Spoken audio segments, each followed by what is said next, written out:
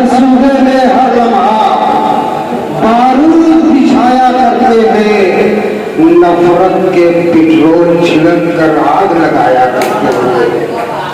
नफरत के पेट्रोल छिड़क कर आग लगाया करते हैं और सरहद के जाबाज सिपाही सर ये कटाकर क्या होगा। सरहद के जाबाज सिपाही सर ये कटाकर क्या होगा।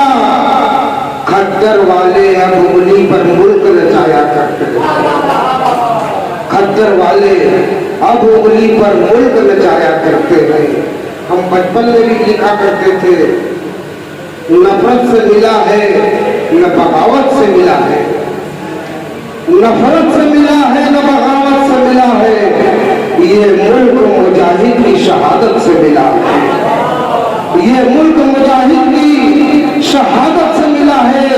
आपस में वफा रखना, अदावत को मिटाना, ये दर्स तो अस्लाफ की शफकत से मिला है। आइए हमारे हमीरपुरा से आए हैं, तवील जुल्फ है, मेहमान शायर है जनाबे शमशाद कैफी। तंजुमला का एक शेर है कि कराली जुल्फ बुढ़िया ने अगर ढाई तो क्या होगा। कराली जुल्फ बुढ़िया ने अगर ढाई तो क्या होगा। जो खलवत में मेरी सारी चली जाए तो क्या होगा। अब बता दीजिए बड़े साहब जरा इन नौजवानों को, जलेबी पास रख के चल दे हलवाई तो क्या होगा। आइए शमशाद कहते हैं।